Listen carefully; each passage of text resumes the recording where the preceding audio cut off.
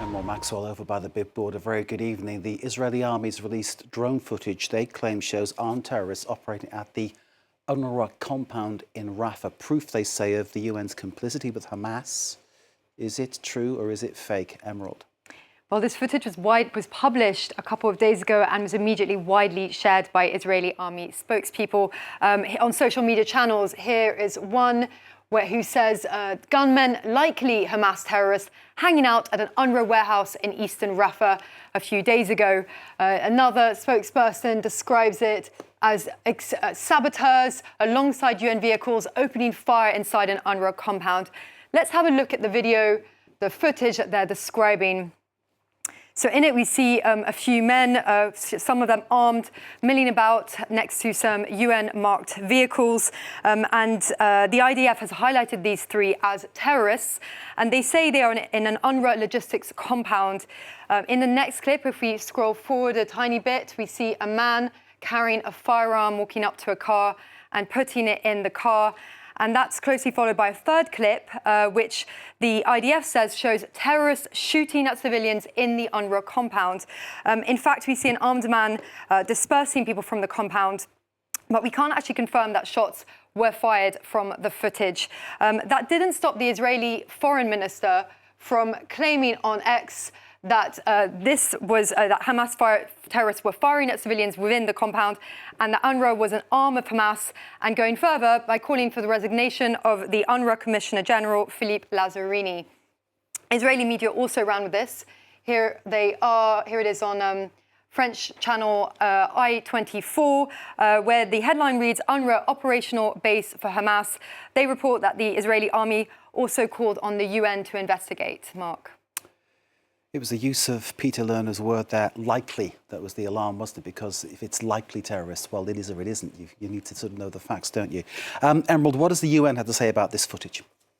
Yes, he said it, and of course, the Israeli foreign minister also called them Hamas terrorists. But UNRWA spokesperson Juliette Touma said the agency could not verify the authenticity or content of the video, nor the exact timing or location, but it was likely that the video was filmed in that warehouse in Rafah, that UNRWA warehouse, that staff had actually evacuated following Israeli evacuation orders issued prior to Israeli forces entering Rafah on May 7th.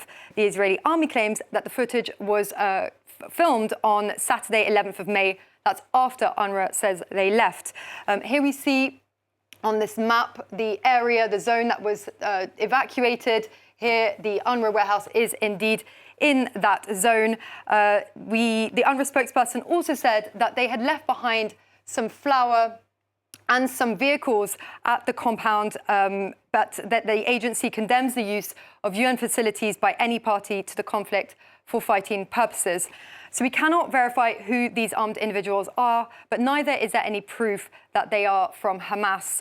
And according to fact-checkers at Mizbar, who spoke to eyewitnesses in Gaza, these are security personnel who are not affiliated with Gaza, but who are tasked with protecting from theft the aid that UNRWA provides.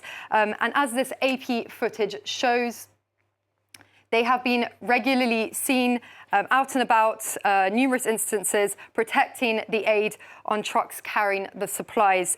And according to Mizbar, recently these armed individuals have also collaborated with the Popular Protection Committees, which we have previously reported on here at France 24. They sprang up to keep order on the streets in Rafah because, of course, there is an absence of local authority resulting from the war. So this Israeli army footage does seem to have been shot at the UNRWA warehouse, but it doesn't offer proof of UNRWA's complicity with Hamas, as claimed, because the agency had already evacuated the compound and the armed men appear to be part of these committees safeguarding aid, Mark. Indeed. Israel initially making its accusations about UNRWA being involved in October the 7th, way back before March, I think it was, and still not really providing evidence about that. So really, this isn't the first time Israel's made this kind of accusation, is it? Indeed, Mark. Israel has long been a fierce critic of UNRWA. It regularly accuses it of cooperating with Hamas. And like you said, back in January, it said some of UNRWA staff are members of Hamas, took part in the October 7th attacks, claims which triggered some countries to stop funding the UN agency. UNRWA strongly denies the allegations, and a review by the UN said that Israel had not provided evidence to back up its claim, but it did find that UNRWA should improve its neutrality, staff vetting and transparency mark. Emerald, as always, thank you very much indeed. Emerald Maxwell there with Truth.